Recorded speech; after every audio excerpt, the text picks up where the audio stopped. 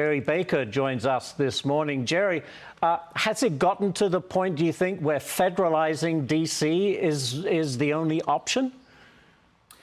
Well, good morning, Ashley. Thanks for having me. I think there's a strong case for taking control of the DC government. It is a notoriously badly run city. It's incredibly wasteful. Its education department spends more than any other country and any other in the country.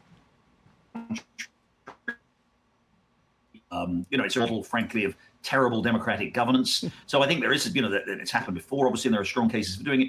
Whether or not actually we need to see what's going on in terms of action on the streets, like putting FBI officers to patrol the streets, or as we've just heard, President Trump calling on the National Guard to be deployed. I'm not sure that's absolutely necessary. Crime is a problem, a big problem in DC, again, as it is in many major cities. I'm in New York City. That's very much a problem here, as most people in the country will know. It is in their cities too. But actually, crime has been declining somewhat. People do still feel unsafe. I think, making sure that DC has the resources that it needs, and probably, actually, most importantly, one of the problems that many of these cities have is not just the policing of the city, but it's actually the way in which crime is prosecuted. Too often, you have these liberal prosecutors, progressive prosecutors who don't go after criminals. So I'm not sure that putting the National Guard on the streets is absolutely necessary or even a good idea. But seizing larger control of the way DC operates certainly is. Right. All right. Next one for you, Gerry. Vice President Vance is calling out blue states for being aggressive gerrymanderers. Listen to this.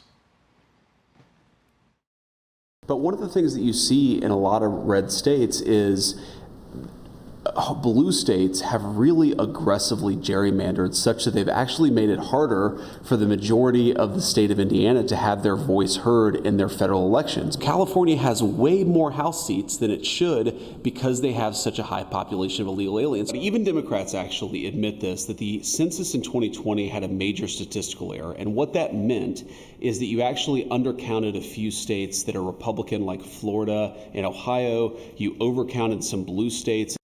Gerry, quickly, who does this hurt more politically, do you think? Democrats or Republicans, or neither, or both? Well, we'll see how it goes. I mean, the Texas redistricting is obviously going to hit the Democrats hard. California, if Newsom is able to get his plan through and retaliate, that'll be a retaliation which may even things out. But the larger point that Vance makes actually is a good one, which is that first of all, gerrymandering has been going on for 200 years. It's a staple of American life. Political control of districting is a fact of life, whether you like it or not. And take some of those states that take a state like Massachusetts, Ashley. Massachusetts, something like 40% of people regularly vote, slightly more than 40% regularly vote for Republicans in Massachusetts federal elections. There isn't a single Republican Massachusetts representative in Congress, either in the House or in the Senate. Illinois, I think Vice President Vance referred to Indiana. Not sure about Indiana, but Illinois is another perfect example where, and one of the ironies here actually is that as some of these Democratic states talk about retaliating for what's going on in Texas, they're finding that they can't because they've already gerrymandered almost all of the Republicans out of their representation. So this is a problem. I don't think it's a great thing that representatives pick their electors rather than the other way around, but it's a reality. Democrats have been doing it for years, and this will go on. They basically wrote the book on it. We're out of time, Gerry. Gerry Baker, thank you so much for joining us this morning, sir. We do appreciate it. Thanks, Ashley. Thank you.